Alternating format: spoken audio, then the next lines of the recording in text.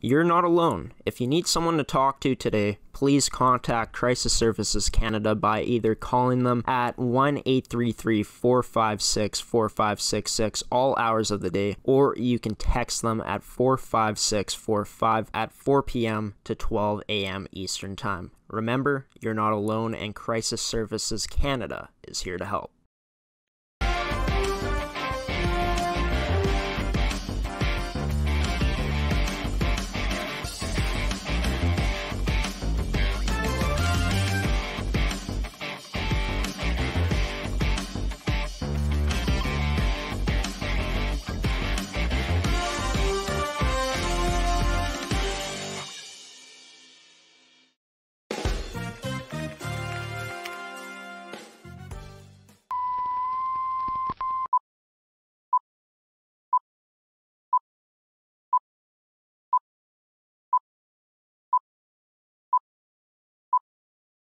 Good evening and welcome to this edition of the Prospect Show on ASTV Productions. I'm your host, Graeme Forsyth. Thank you so much for tuning in to ASTV on this Friday night. It's going to be a good one tonight. I'm going to be sitting down with number 19 of the Warman Wildcats U15 AA team, Riley Ashe. And Riley was an assistant captain for the team this season. He put up 11 points in 4 games played in this 2020-2021 season. He was in his second season with the team. He led the team in points in 2019-2020, and Riley recently committed to the Saskatoon Blazers in the Saskatchewan Male AAA Hockey League for the 2021-2022 season. I'm going to have a chance to ask him about what it's been like playing for the Warman Wildcats U15 AA team, why he decided to commit to the Saskatoon Blazers, and much more on tonight's edition of the Prospect Show with number 19 of the Warman Wildcats U15 AA team,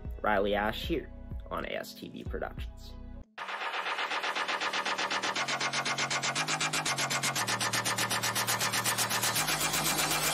Wow!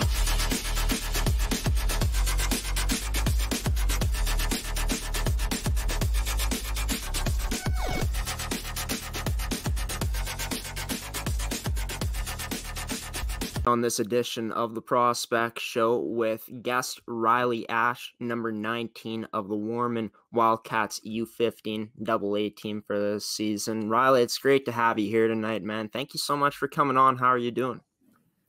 I'm doing good. Thanks for having me. Of course.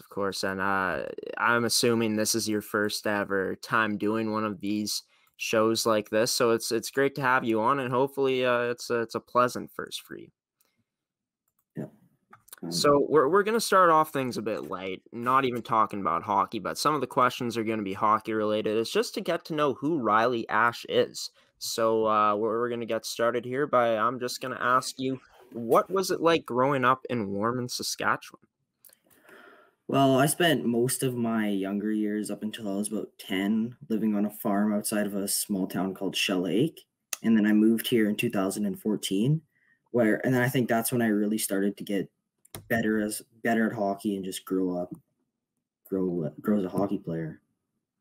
That's crazy that you moved to Warman back in 2014. Can you speak about your time just growing up in Shell Lake? Well, I lived on a farm, so it was a lot of cows. We had horses, and it was a lot of outdoor life. I was a little hick farmer boy back in the days until I moved here, and then I kind of turned more into a city guy, I guess. Yeah, and that's awesome that you had a chance to do some farming growing up. What were those experiences like, getting to, be in the environment of living on a farm? Well, I was really young, and it was a lot of just being a helping hand, being a gate boy, opening gates, carrying buckets, feeding the cows. I didn't really do much heavy equipment or machinery. It was a lot of just helping out around the farm. Yeah, that's great, and just anything you can do to help always helps, and it's great that you had the experience to do stuff like that. So obviously you take hockey very seriously now, but has hockey always been your main sport? Yeah. Yeah. I never really played anything else very seriously, like ball or any serious competitions in golf or anything. everything else has just been for fun. Well, hockey's for fun too. Hockey's just been my main focus.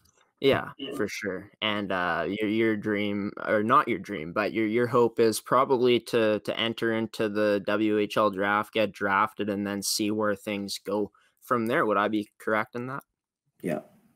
So 100%. just talking about you playing hockey, just when did you exactly start playing the sport? I've been skating since I was probably like 3 or 4, and I entered initiation or pre-novice when I was probably 4.5. So yeah, I was probably turning 5 the next winter. Right on. So you got a pretty early start, which is awesome. You got to get introduced to the game at a very young age. We're gonna get into just the places you played at in the last season and this season as well as maybe some time before that coming up here in the show. But we're gonna continue with this. Just for you. Just, I'm sure that you've had a chance to travel to some places with Warman, with the Wildcats. Has there been a place that you've traveled to that you're like, man, this is a place that I'd like to go back to someday? I haven't done much traveling out of province with my Warman team, but I played spring hockey with the Husky Prospects, and I've gone to Vancouver with them, and we did pretty well in that tournament. And I've also gone to Minneapolis, and that was pretty fun too. Went to Yeah, the that's Mall of awesome. America. Yeah, that's great. Mall of America, always a great place to go to. How surreal was it just being able to see how huge that mall was? It was, growing up on a farm, going like little strip malls, stuff like that, then going to a big place like the Mall of America. It was like the size of the town, probably bigger than the town. Yeah.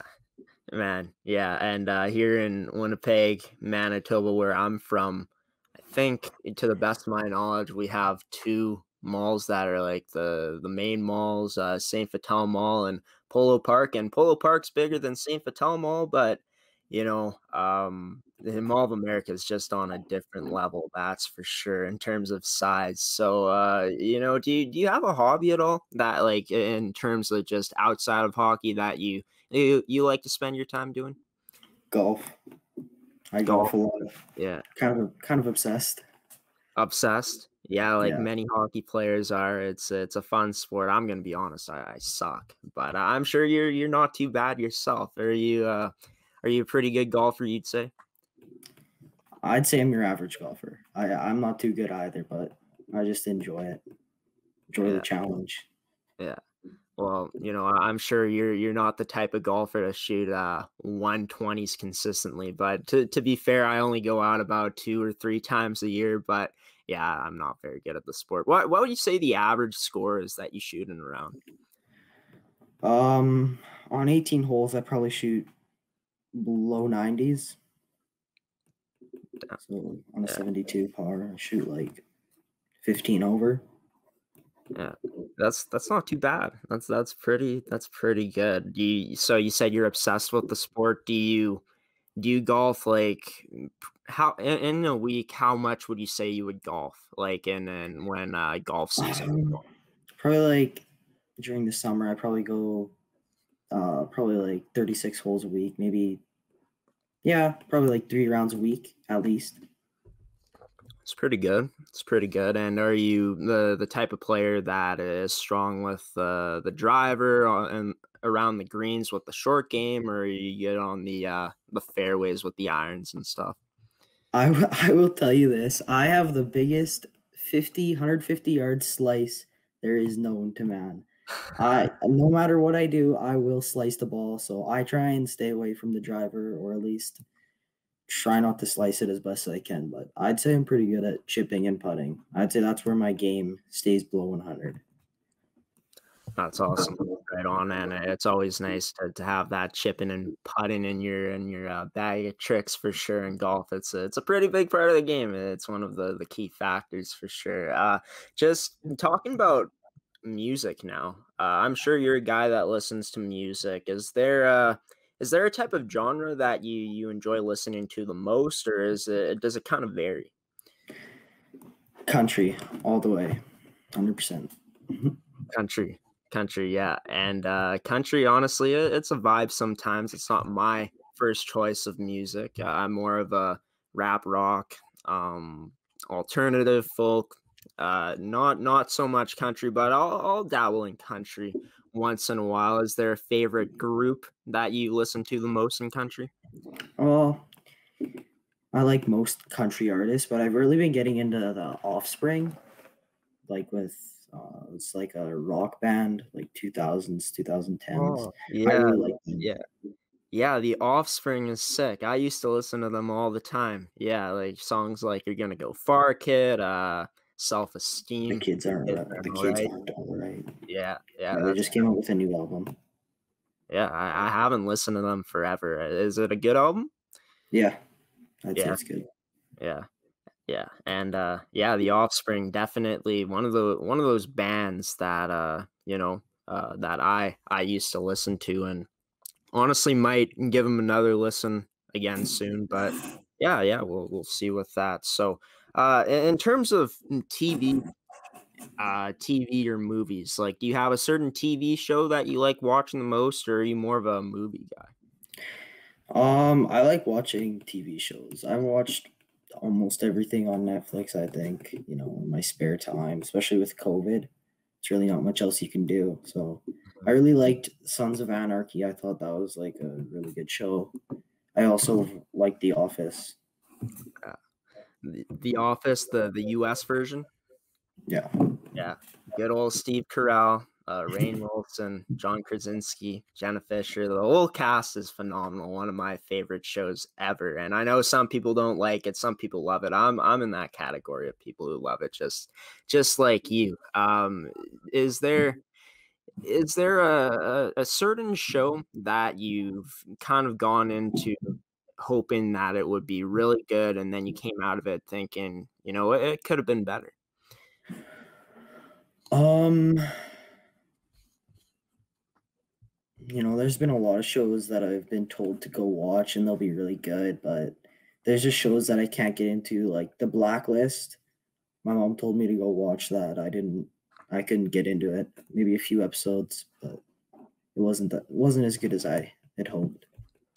Yeah, that's always disappointing when, of course, like someone like your mom hypes it up and then it's not as good as you thought it would be. But hey, everyone has different opinions on what good TV is and what good TV isn't, right? So, moving into sports, obviously you love hockey, you love golf, but would you say out of those two sports, they're your favorite sport to watch, or is there another one that you would say is your favorite sport to watch?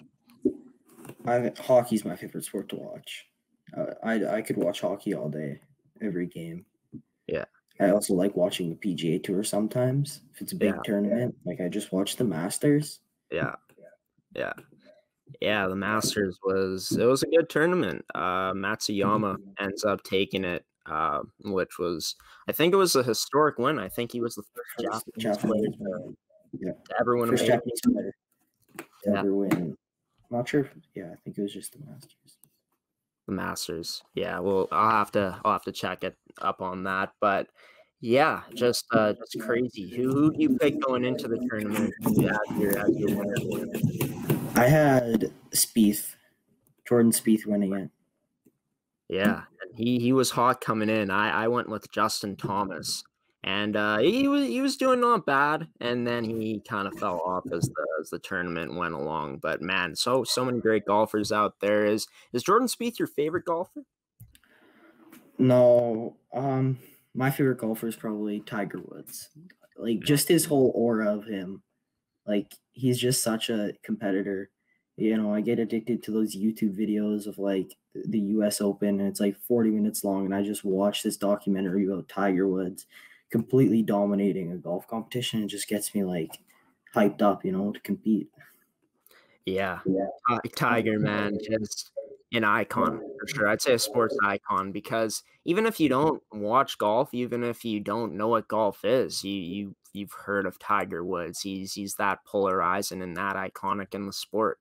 And yeah, it's I hope he has a speedy recovery with what he's been going through. I'm not sure how he's doing. I don't have any update on that, but yeah, hopefully we can see him on the course again someday. It would be phenomenal to see him compete again. What would you say is your favorite Tiger Woods moment in golf if you had to pick one from what you've seen? The Tiger Slam for the champions, the Open, Masters, Tour Championship, and what's the fourth one? You name the Masters, the Open Championship, U.S. Open, U.S. PGA Open Tour Championship, and then I think there's the Open Championship. Yeah. So the Tiger Slam is iconic. Yeah.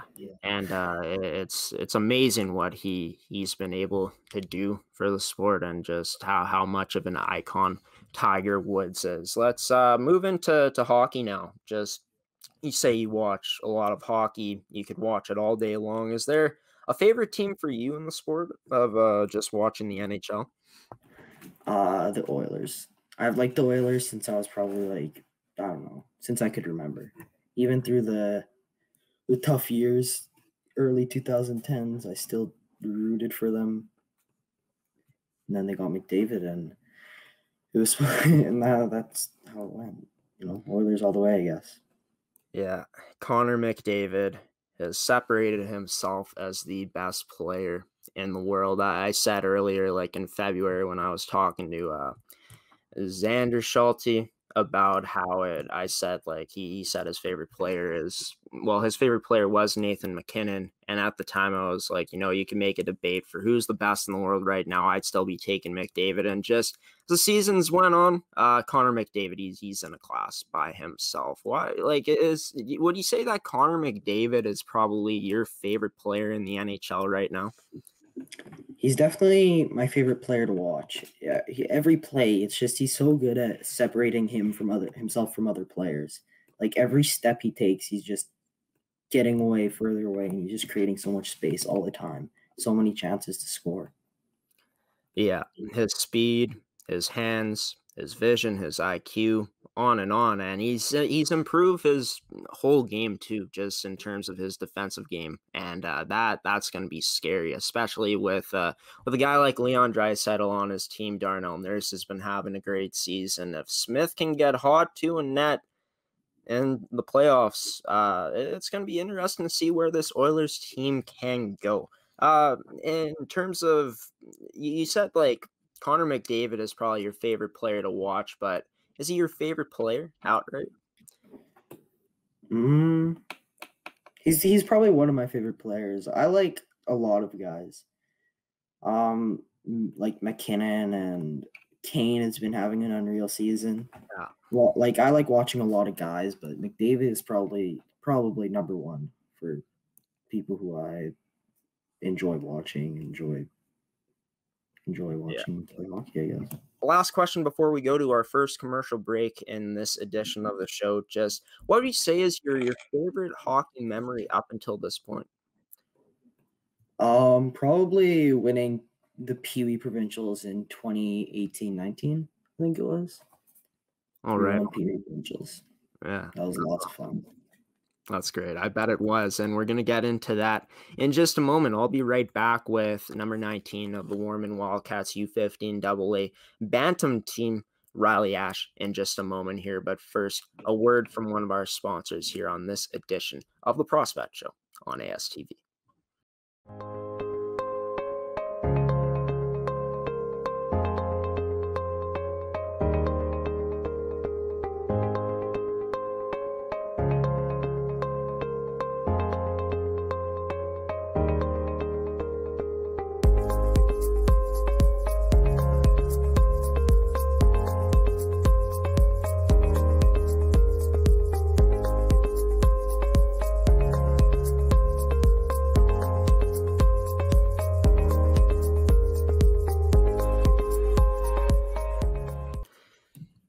Back here on this edition of the Prospect Show with number 19 of the Warman Wildcats, Riley Ashe, the U15 AA Warman Wildcats. And Riley committed to the Saskatoon Blazers for the 2021-2022 season. We're going to get into that later on in the show, but Riley, you talked about how your favorite hockey memory was winning provincials back in 2018-19. Can you take us back to that time of just how it was for you guys to make it to the point where you guys ended up winning provincials?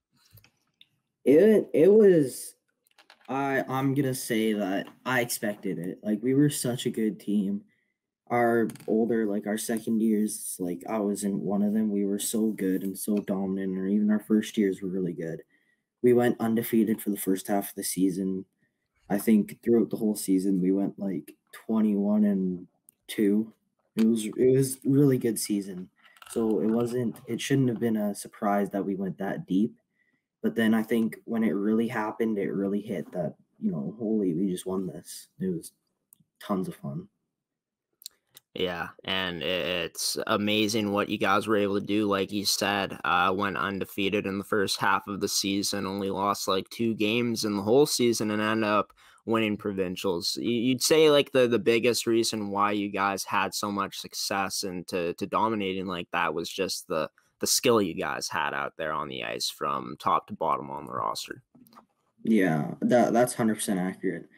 There's like my line, we were all second years, we really dominated, and then we had another really strong line of second years and a first year, and then we had a third first year line, and they were so skilled and so good with the puck. It was tough for teams to compete with our depth, I think. Like, we were just good everywhere.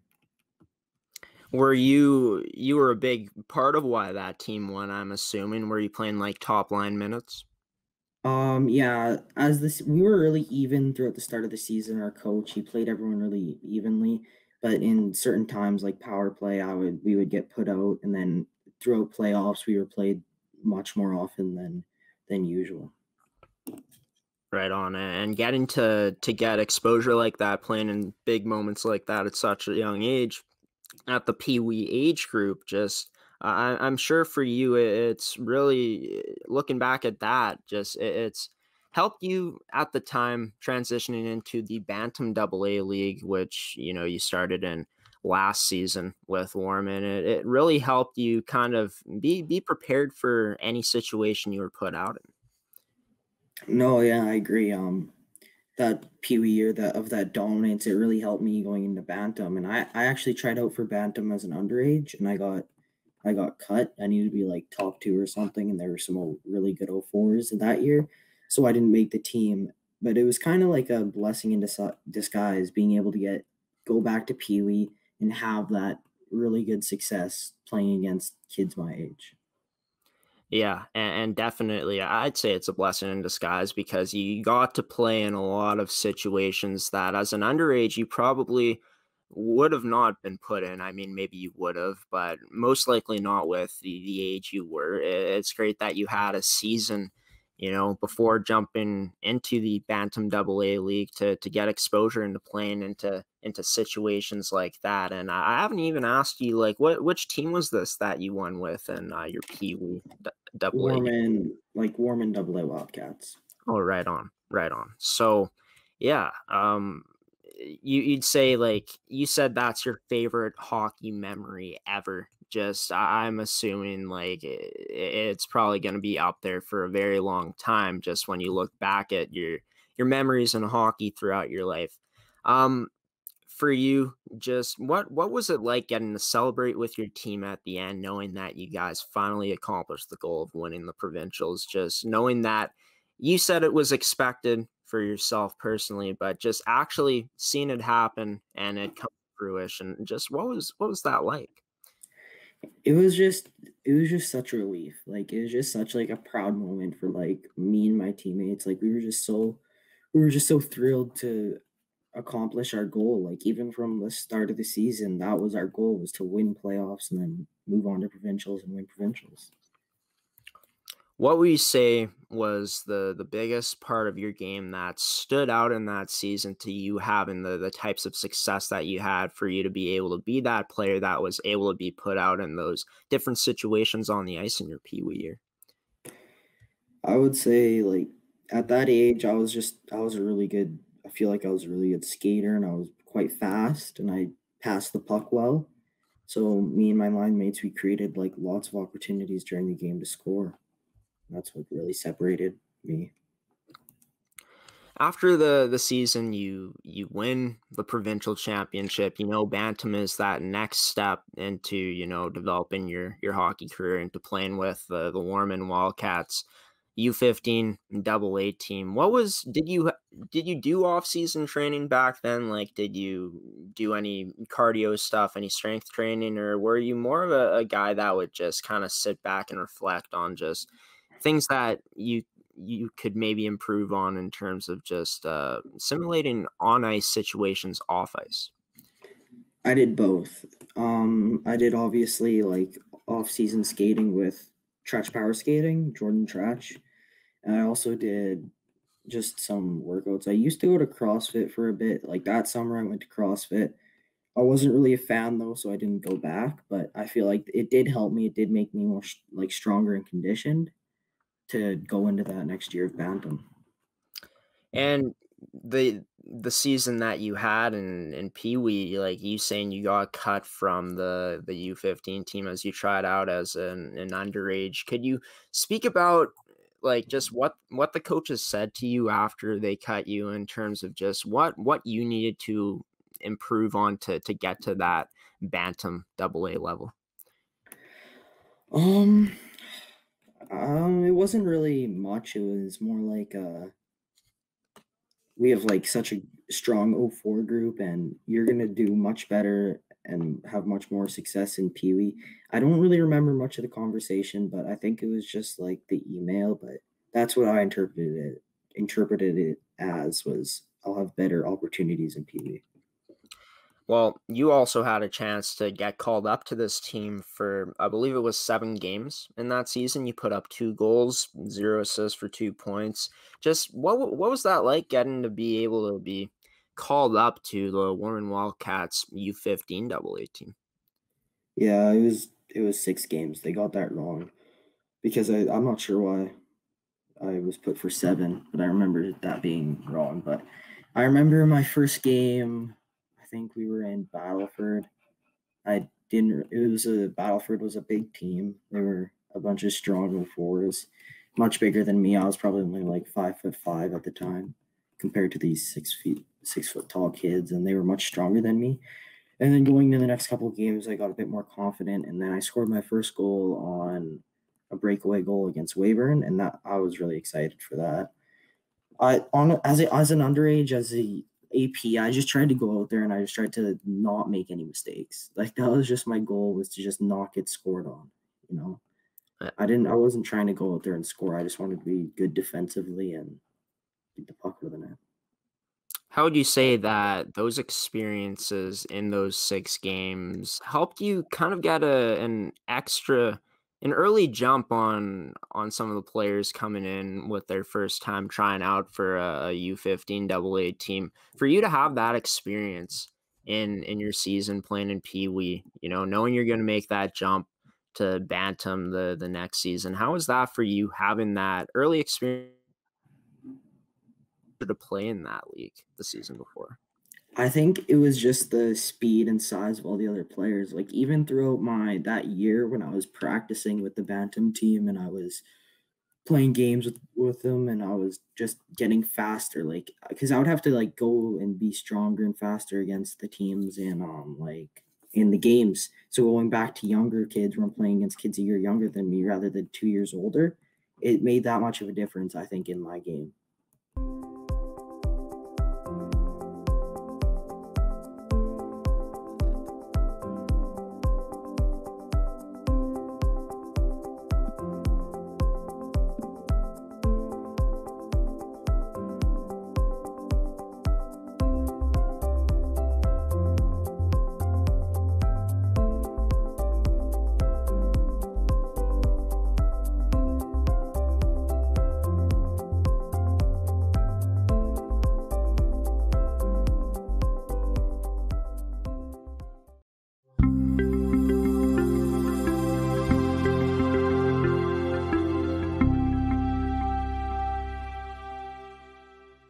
Back here on this edition of the Prospect Show with the number 19 of the Warman Wildcats U15 AA team, Riley Ashe. And before we dive into his time with Warman in the last few seasons, and before we dive into his decision to commit to the Saskatoon Blazers, I thought we'd do something fun. I thought that, with the NHL season coming to a close very shortly, I mean, it's going to fly by sooner than we know it, and then we'll be in playoffs as soon as you know it. And we'll give our heart nominations right now, our top 5 picks for who we think will be in the conversation. I'm sure that number 1 is going to be pretty clear cut, but I'm interested about the other 4. So we're going to do it like this, Riley. I'm going to ask you who your 5th player is on your list, and then I'm going to give mine, and we'll go back and forth like that. So starting off with you, who would you have at number 5 in your heart nominations right now? I think at number 5, I'd have to go Dreissital. He's obviously second in the league for scoring, but I feel like he's just not at the level of Matthews or Marner or McDavid right now. Yeah, and the thing about Dreissital, in my opinion, is that I think that he's proven that he is a top 5 player in this league. I think that the assists are definitely there. Like, he's an unreal playmaker, a top 5 playmaker in the league. He's proven that he can be that Rocket Richard candidate goal scorer in the past. I think that he's going to be higher up in my list than you have him at, is because just of how not only McDavid, but how he has improved his two-way game as well. And I think without McDavid, this team wouldn't be the same. Without Dreissital, this team wouldn't be the same. But at number 5, I have someone that probably some people are going to think might not deserve to be on this list, but I think that he deserves to be on this list. It's Sidney Crosby. I mean, this guy, a model of consistency throughout his whole career. This man has just been like I said, a model of consistency. Like 46 games played this season, 19 goals, 35 assists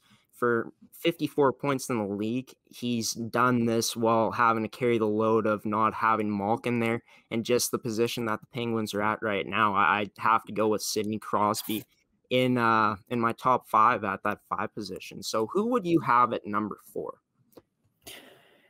At number 4, I think this guy, he's been playing absolutely unreal. I think this has been his best season of his whole career. I have Mitch Marner of the Toronto Maple Leafs. In my opinion, he's just been insane. Like, this is the best he's been all his whole career. Yeah, Mitch Marner, man, it's crazy because he's such a gifted player in terms of his IQ, just his ability to put that puck in the money spot and just be deceptive with the puck and just give himself so many options in that offensive zone. And I mean, he lit it up tonight against the Winnipeg Jets. He's not on my top 5 for my nominees for who I'd pick if I was voting, but you could darn well make a case for how good Mitch Marner has been this season. At number 4, I got Nathan McKinnon. Just what he's been able to do this season, just get better and better as the season's gone along. I mean, this is a guy that's played 40 games, 17 goals, 39 assists, 56 points in those games.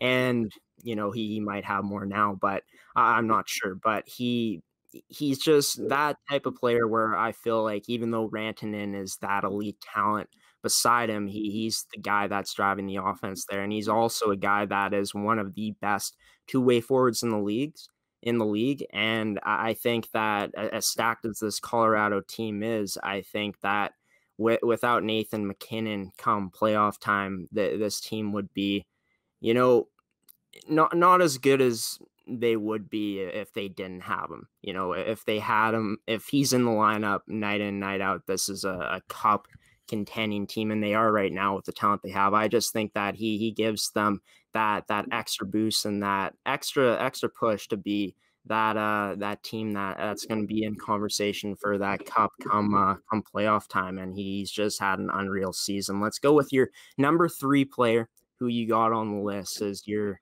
third ranked player in the Hart nominees. For number 3, I have Nathan McKinnon.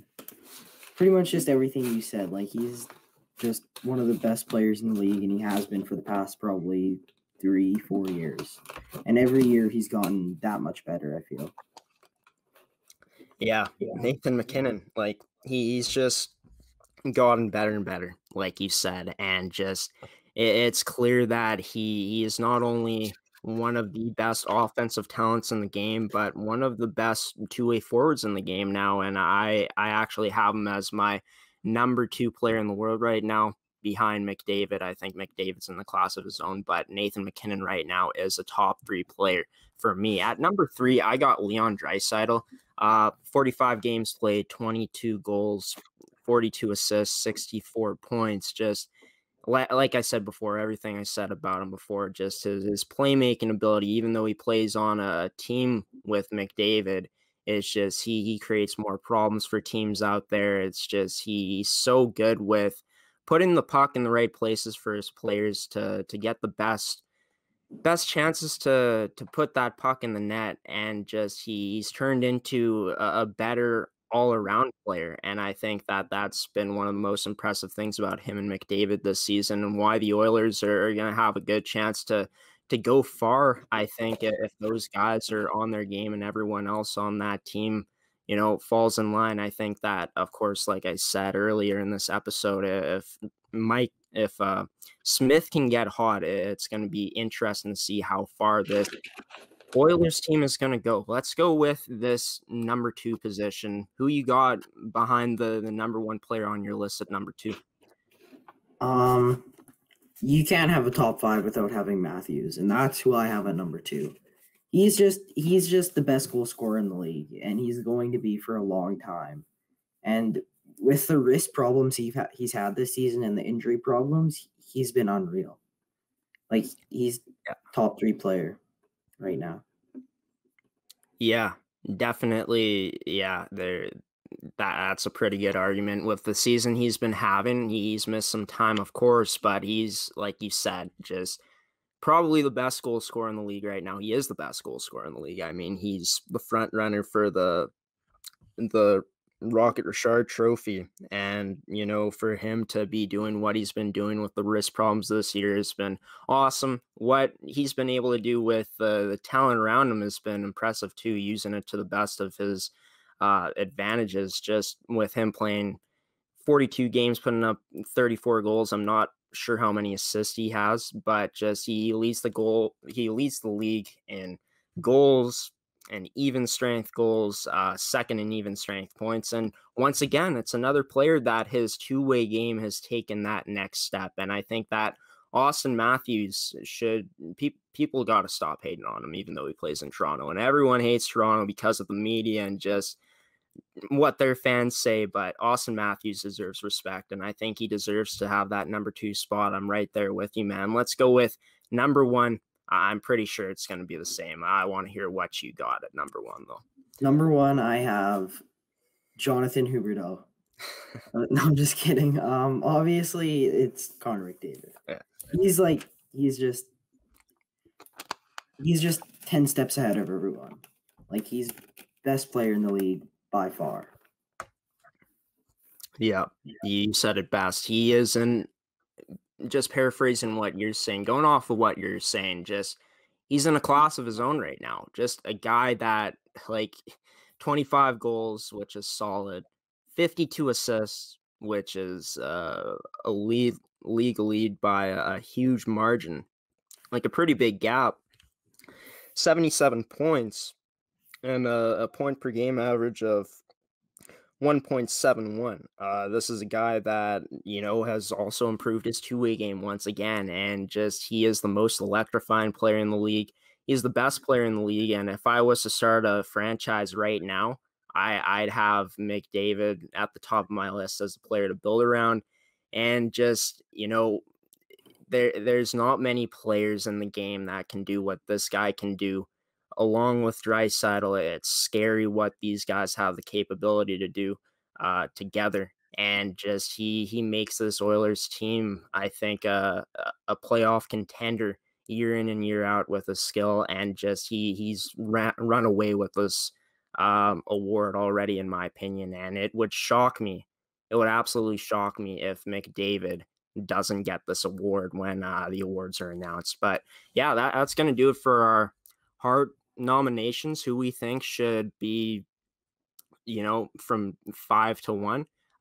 If you guys disagree or agree, leave a comment down below in the Facebook stream. And yeah, we'd love to hear who you would have as your 5 players in the Hart conversation. So we're going to go to another commercial break in the show. I'm going to be back with Riley to get down to just talking about him and his last 2 seasons, his season last year and a season this year with the Warman Wildcats, as well as his decision to commit to the Saskatoon Blazers for next season. This is the Prospect Show. I'm your host, Graeme Forsyth, joined by Riley Ashe. We'll be back in just a moment. Why go solar? Solar is better than ever. Our revolutionary design and inverter equipment with the latest in solar panel technology for the ultimate in-home and business security. That's right, I said security. Grid security and security of your home are linked. Fortify your future today with a battery backup system. No maintenance, quiet running. Did you know in Manitoba, grid-connected, off-grid, and battery backup systems are 100% right off in the year you purchase for any company or farm? Do you want to back up your internet, keep your tills running, and the lights on?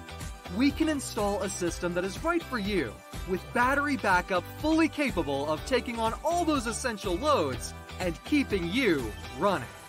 When you call our experts at Evolve Green, ask about getting your free energy audit today. Call or email today to find out what system works best for you. 1-866-5EVOLVE or support@evolvegreen.ca. Also, be sure to check out our website at www.evolvegreen.ca.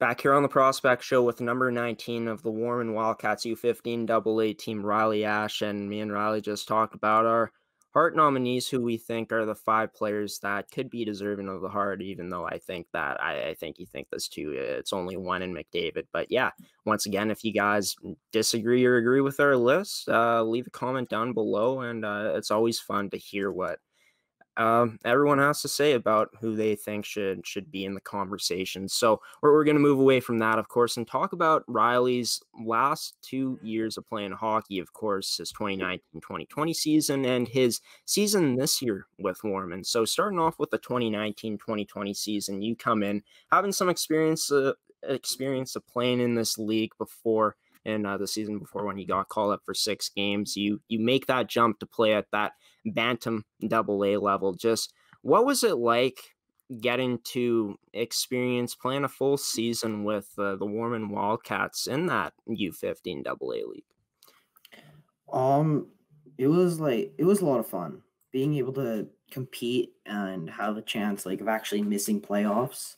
So every game matters. It was every day was compete. Every game I felt like I had to perform at my best, or we might not have a chance at winning. So it was always be at your best, work your hardest. And you guys had a pretty young team that season, just 4 returning players, 14 rookies. So with a team that young, was it, you guys didn't finish great in the league. You guys were about, I think you guys were 8th in the North. So not great, but you guys still got a playoff spot. So what was it like just going through the growing pains of having so many rookies on this team? Yeah, obviously we just got the last spot, played against the top team. We took them to 3 games, which is good, but we lost in the final game. But obviously throughout the season, there was a pretty big gap between us and the next team. There was a pretty steep drop off, I'd say. So it was just being able to take advantage of maybe the weaker teams and just do our best against the stronger teams. What was it like leading up to playoffs, knowing you guys had a good chance to get that 8 spot? Just the experience of getting to to play for in games where a lot, like near the end of the season, a lot was on the line? Yeah, like I was put out in a lot of major situations where I'd have to perform and score and defend against the best players in the league and against the best players on each team. So it was just a lot of hard work. We knew we could make playoffs as a team. We just had to come together to really grind through a few games and get the W. I think is a big thing we did. And for you, you had a chance to play in a lot of key situations for this team. Of course, you led this team in points. You're a pretty big factor of why this team had the type of success that you guys had into making it into the playoffs. Just what was it like for you coming in and knowing you had the experiences the year before playing in so many situations? How did that benefit you in your time in your first year in the league with the Warman Wildcats U15 team? Yeah, I knew coming in that I would have to play a big role and I would have to take on various situations. I had the confidence. I knew I could do it. It was just up to me going out there and doing my best and just playing hard. Um, Obviously taking advantage of everything I had every time I was out, every shift, every power play, just trying to give our team a chance to win. For you, you put up 24 goals, 19 assists, 43 points in 31 games played. Just could you speak about just how you were able to have so much success out there in your first year as a rookie as a goal scorer? Would you kind of point to the type of line mates you were playing with, or would you say, a lot of it had to do with you kind of driving the play? Yeah, I feel like it goes both ways. I had lots of team help, a lot of players who were really great players helped me a lot. But I do feel like I had to really take hold of the reins and just push through a lot of games, get those important goals and make those important plays near the end of the game to get us the W. And how would you describe yourself as a goal scorer out there? Would you say that it stems from you having a good shot, or would you say you're kind of one of those players who kind of relies more on their position to get into those open spaces to get those one-timers and put in those quote-unquote garbage goals?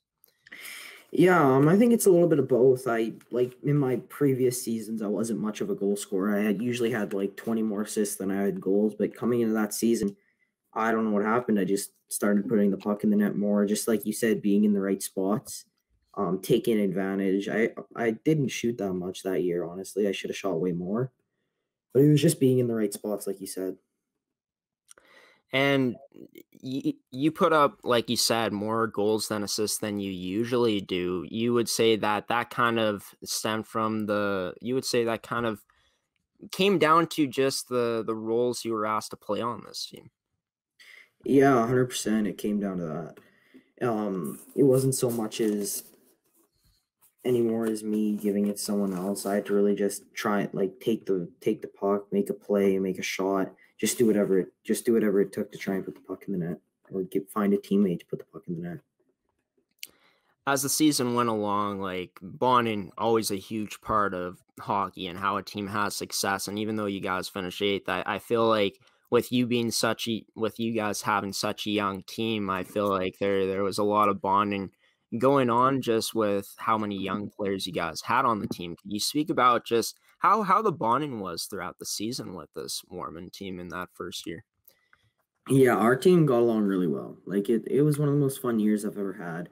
There was no problems. Everyone got along with everyone. It was tons of fun. Everyone was good to play with. There was no one that hated someone else. Everyone got along great. Can you speak about just your D zone play in that season? This was a team that gave up the fourth most goals in the North. So obviously a team that, struggled at times to keep that puck out of the net. What was it like playing in situations where you had to step up in the D zone in games in that first year? Yeah, I think the D zone is one of my strongest places. I think I'm a strong 200-foot player, so I did everything I could. my teammates, we did a great job defending, but it's just so difficult sometimes to get pinned down in your end. You have these high level O5s coming down on you. You just got to hold out and do your best. And I feel like I did my job. I do it every night I came to the rink. I had to do that, and that's what I did. Can you speak about your before the game, the preparation that you put into just getting into that right mindset to go out there and perform to the best of your abilities in that first season? Yeah, no, it's usually like get to the rink, stay loose, don't be too tunnel visioned right off the bat. Stick handle a bit, maybe talk with the guys, tape your stick, stuff like that. But then it's like I start getting dressed, and that's when I start really focusing in, keep putting players in my mind. Okay, I know this guy does that. I know this D likes to poke check. I know this D plays tight. I know this D doesn't. So it's just letting myself know, planning for the game. This D I should attack wide. This D I should shoot. Stuff like that. Let's talk about the playoffs now. You guys went up against the Stallions in that series? Oh, yeah. They were the number one team coming in. They had a really strong team. Players like Braden Zacharias, Roger McQueen, really great players. They had the best record in the whole league. So I wouldn't say that it was hopeless, but we were just going to go in there and give it our best shot. We did. First game was a close one. We lost in OT, I think it was. I can't really remember. But then the second game, we ended up losing by like a pretty big score. It was like 7-1. So it wasn't our best. Yeah, and for you guys to go out there, giving it a huge fight in that first game, and then of course not getting the outcome like you wanted in that second game, definitely a tough pill to swallow. But like you said, you were going up against the best team in the whole league. Just what did that playoff series teach you about just going in and just, I guess, going that extra mile to prepare to come out and play your best in situations like that, for that to not potentially happen going forward in your career? Yeah, I didn't even let the fact that they were number one affect me. I told myself, hey, we can do this. We've done it before. We've competed with the best teams in the league, and we've beat some of them. So I knew we had a chance, and I was just ready to go out there and just lead by example. We were ready to get it rolling and get the dub. Unfortunately, it did not happen.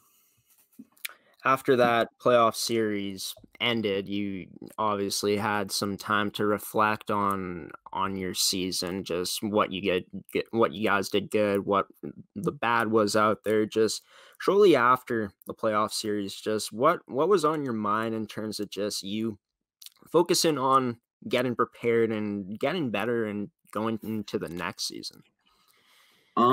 It was really just off-ice training. I felt like I needed to get a lot stronger to be able to dominate next year. And it was also a lot of speed. Like, I wanted to get a lot faster off the ice and on the ice as well.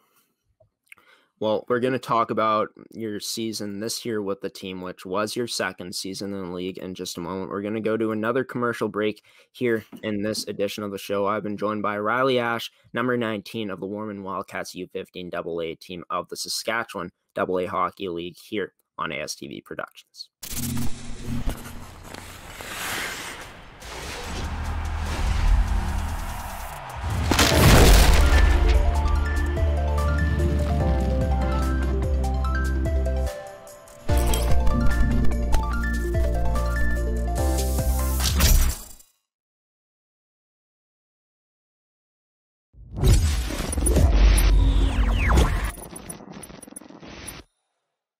Back here on this edition of the Prospect Show with Riley Ashe, number 19 of the Warman Wildcats, and just noticing that, I drink a lot of water during these shows. So yeah, it's crazy how fast this water bottle has gone down. It was a new bottle before we started recording, but yeah, let's get into it, Riley. Now, just your second season with this team, coming off of first round exit the season before, knowing that having this team, a more experienced team with 9 returning players, 8 rookies this time around.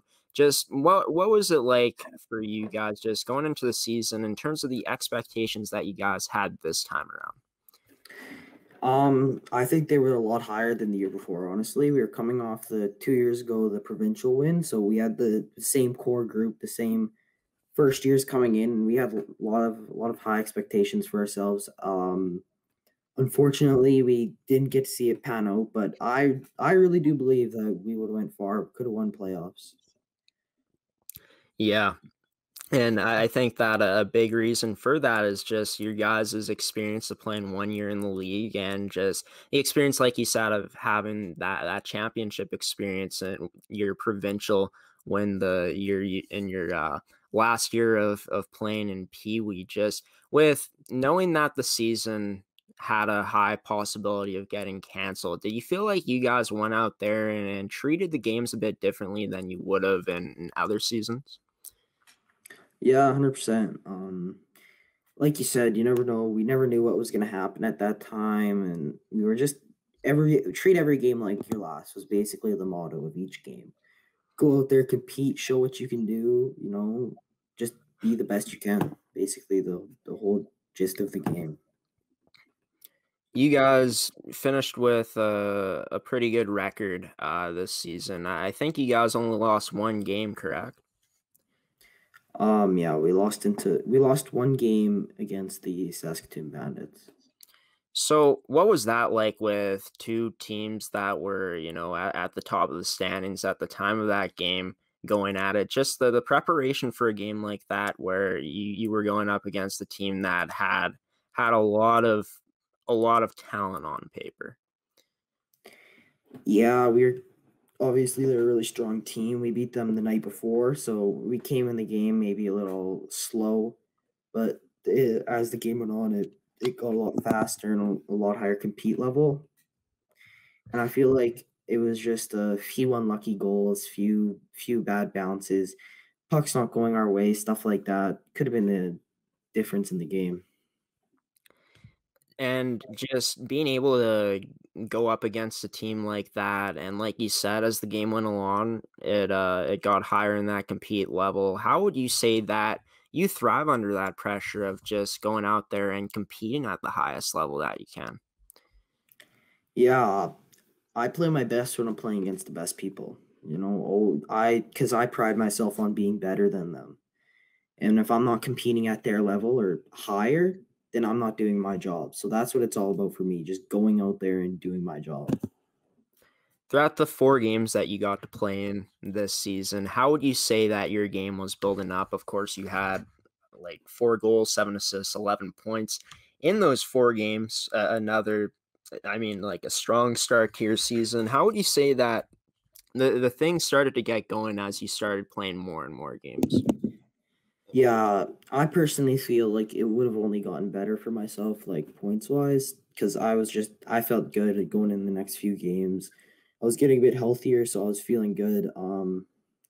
I was just ready to keep going. Obviously, there was that thought for a while that will it keep going? Will it get canceled? And then once the next weekend of games got canceled, I kind of thought, okay, maybe we'll start up again. Never did, but what you can do. Yeah, not much you can do, which is unfortunate. And it would have been a great season in that league with all the talent that is in the Saskatchewan AA Hockey League. And that goes the same for the AAA league as well, with how much talent, how much WHL talent was in that league. But you said something. You said that you were getting healthier and healthier as the season went along. Just were you dealing with some injury problems during the season at all? Yeah, I injured my wrist 2 games prior against the game in West Central, which was the first set of games we played. I sprained my thumb. So going into the next games, it was pretty much a sprained thumb, but I did my best.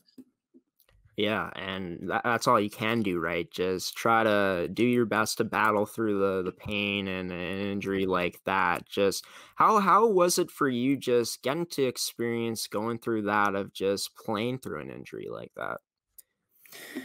Yeah, it was just a lot of adversity coming back, just getting through the pain. It's not going to get much worse. You just got to push through, do your best, honestly. don't let it bother you. Keep it out of your mind. And that's what happened when you got on the ice. I didn't even really notice it. It was just compete. Yeah, your compete level kind of took over, and it was kind of second nature, that injury at that point, which is great to hear that you were able to do that, and it's good to hear that the injury wasn't really that severe and it didn't keep you out. So, just coming into the season, you spoke about how you were going to focus a lot on your off-season training. How did you feel like your off-season training translated on the ice in terms of like the skills that you worked on in the off season? It was really good. I worked out with Neil Demmons. He's a terrific trainer. He was really good at creating off ice scenarios like in the gym that would relate to on ice. And I felt that really helped my speed, explosiveness on the ice. And he was really good at relating everything to something that I do on the ice. For you this season, how would you feel was probably the biggest strength in your game out there? Would you say that it was a strength that kind of translated over from the season before that just got better, or was it a newfound strength that you found in your game this year? It was just honestly, I feel like it was just my hockey IQ. Like I think that's what kept me going from last season was fact of being younger than most of the top players in the league and still competing was just how well I think I see the game and understand the game. And going in as a second year, that it was just 10 times better and more effective competing against kids who are my age and younger. Ever since the season ended, like, you had a time to work on your skills and stuff, and like on ice sessions, like with the rules that were put in place, I'm sure that you were doing a lot of workouts, maybe at home, maybe you went to your gym, but your local gym at home. But what would you say your process was like for you during the time that you guys weren't playing games, but you guys still got to do skill sessions and stuff like that? Yeah, the skill sessions were really great. I was fortunate enough to have a really great off-season coaches, and even during the season when we couldn't play, I have a great coach, Cam Cater. He's really good at relating things to game-like situations. He's really skill-focused. And going back to my off-season skating and stuff, I was doing stretch power skating, and he's really good at, he really what I'd say made my skating how it is. And I feel like I'm a really strong skater. That's great. A strong IQ, being a strong skater. And you talked about earlier how in your first season you weren't shooting as much as you would have liked to. Would you say that you were generating more shots this season? Yeah. It all came from shooting outside the dots. I just don't think I felt like I didn't have the confidence, but I could do it. Just shoot through the D, find the lanes. I was just too focused on getting the puck to the net, getting around the D instead of shooting through the D, which is just as a viable option as going around. Yeah, and it's good that for you realize that, these are some skills that you could take advantage of moving forward. And I think that goes back to just your hockey IQ and just you figuring out what works best out there. And I think that's going to be huge for you moving forward in your career. Just how would you say that, even though you didn't put up more goals than assists this season, how would you say that your shot improved in terms of just accuracy and power this season? Yeah, like obviously as you get older and testosterone kicks in, you start working out more, everything's gonna get stronger and better and faster. And it honestly just came down to accuracy. I feel like I got a much better shot in the off season. You're outside shooting pucks, getting better. That's what I felt made a big difference was just accuracy and just being able to put it where I wanted it. Of course, definitely sad to say goodbye to some of your teammates or just your team at in the final session that you guys had together. Just what was it like just saying goodbye to your teammates in that final team meeting or team session or practice that you guys had this year? Yeah, like I've been playing with most of these guys since novice. We all grew up playing together, same team, same everything. Um, Obviously it wasn't like a big goodbye. It was just like, see you next time. See you next time at the rink. Like, it was just a, hey, see you, boys. Like, it wasn't a big thing to most of us, but looking back at it, it was a pretty big deal. I'm moving on from Warman minor hockey, going to a totally different program in Saskatoon. Some of my friends are staying, it was just that separation's kind of sad. Yeah, for sure. And like you've said, these are like teammates that you've grown up playing with for a good amount of time in your hockey career. I mean, you've won provincial championships with some of these guys, and or a provincial championship with some of these guys, and just it sucks that you guys weren't able to potentially see where this season could go for you guys come playoff time if there was going to be playoffs this year. But what can you say about just the Warman Wildcats and just not only their Bantam AA program, but their Pee Wee program and just all the places you played with Warman has helped you at this point throughout your career when you look back at it? Yeah, obviously Warman minor hockey, it's as good as any program, I'd say, but it just came down to the people that I was fortunate enough to be with, coaches like that I've been with since novice, like Cam Cater, Derek Evans. I was fortunate enough to get, for them to have sons my age, and they're great coaches.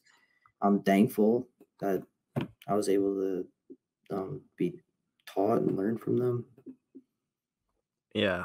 And it's great that you had a chance to be able to do that. And now you're going to be moving on to play with the big boys come next season in the U18 AA Hockey League in Saskatchewan. So we're going to talk about that after this next commercial break in the show. I've been joined by Riley Ashe, number 19 of the Warman Wildcats, soon to be Saskatoon Blazers forward come next season. We'll be right back on this edition of the Prospect Show here on ASTV Productions. Stick with us.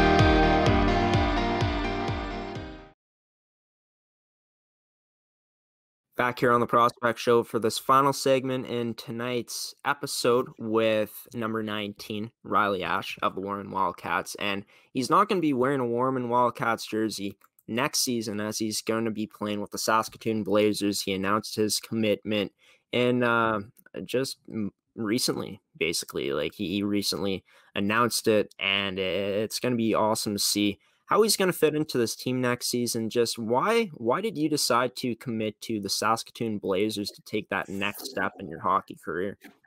It's just they're such a good program. They have such good history. Obviously, they have great coaching staff, great staff all around. They have great, coaches like Scott Sissons, skill coaches like Richie Gear come out at almost like every practice we have. It's been lots of fun, and obviously I've been, they've been talking to me. I've been skating with them in summer skates for a couple of years, and I say when the announcement was made for the Wildcats AAA, the decision was kind of split in half of where I wanted to go. But then I feel like as the season went on, we got closer and closer. It became more clear to me which was the right decision to make.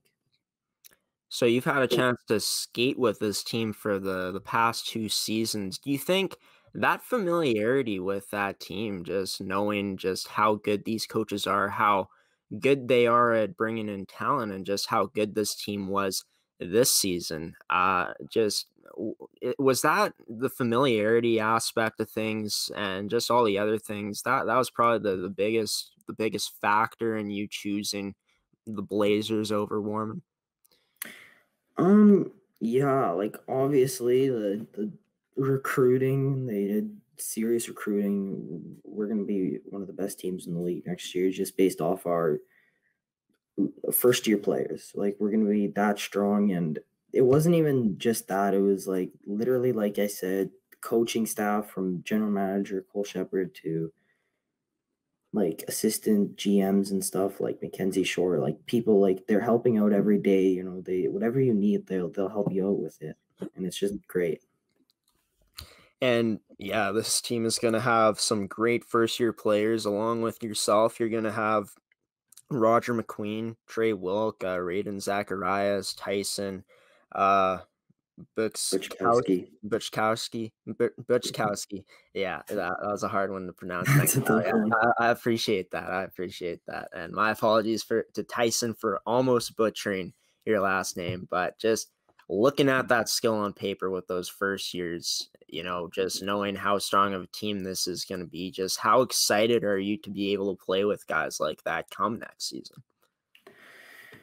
Yeah, it's going to be obviously tons of fun. You know, it'll be kind of refreshing, play with a new group of faces. It's like we're all super high skilled, super elite players. And I just can't wait. I feel like we're just going to have that connection, just dominate next year. And how's it been for you talking to just the coaches throughout the whole experience of just deciding where to commit? Obviously, like you said, it's a big reason why you decided to commit to this team. Just what have the conversations been like in terms of where they see you playing in the lineup next season? Has the talks come to that yet? You know, not really. Like the Blazers have a history of rolling lines, and I think we're gonna have a good enough team next year that we won't even have to have. It won't even be a 1, 2, 3, 4th line. Like it's just gonna be everyone's on that elite level and that elite playing level that we're gonna be able to put any line out against almost anyone. And just knowing you're going to have a chance to go to a strong organization like this heading into your WHL draft year, which would have been this year, but I think we'll call this season coming up kind of like the WHL draft year for you. Just how excited are you to be able to try to build up your draft stock come next season to, you know, potentially get picked in the WHL draft? Yeah, honestly, the draft being pushed back was one of the best things that could happen for me personally.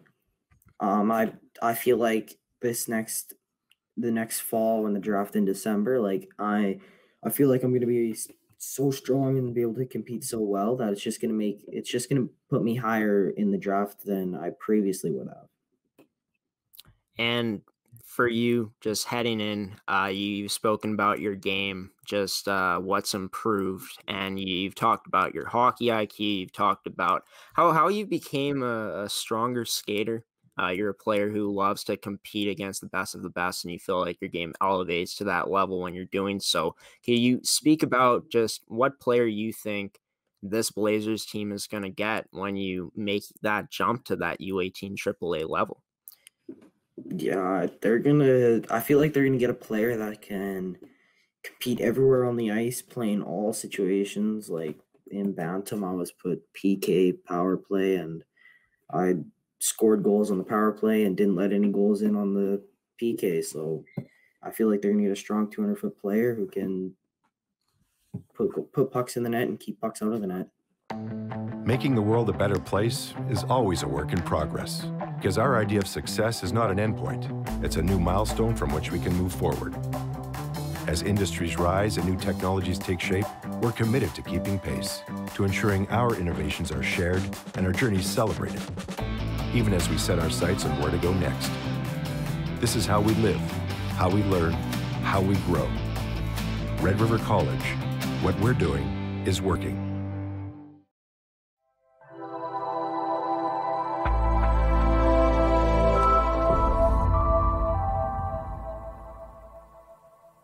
Welcome back to the Prospect Show on ASTV Productions. I'm going to end things off here, but before I do that, of course, as always, I want to say a few things before I let you guys go. I want to thank my guest, Riley Ashe, for joining the show and being the guest in this week's edition of the show. Special thanks to you, the viewer, for tuning in, and also a special thanks to all the sponsors who sponsored tonight's edition of the Prospect Show. I'll be back for the Prospect Show next Friday at 8 p.m. Central Daylight Time here on ASTV. You can catch next week's edition of the show on ASTV Productions on Facebook, or you can check it out on our website at astvproductions.com. But until next Friday, folks, I've been your host of the Prospect Show, Graeme Forsyth, signing off now. Have a wonderful rest of your Friday night. Enjoy the weekend. Stay safe out there. And until next Friday, I'll see you then.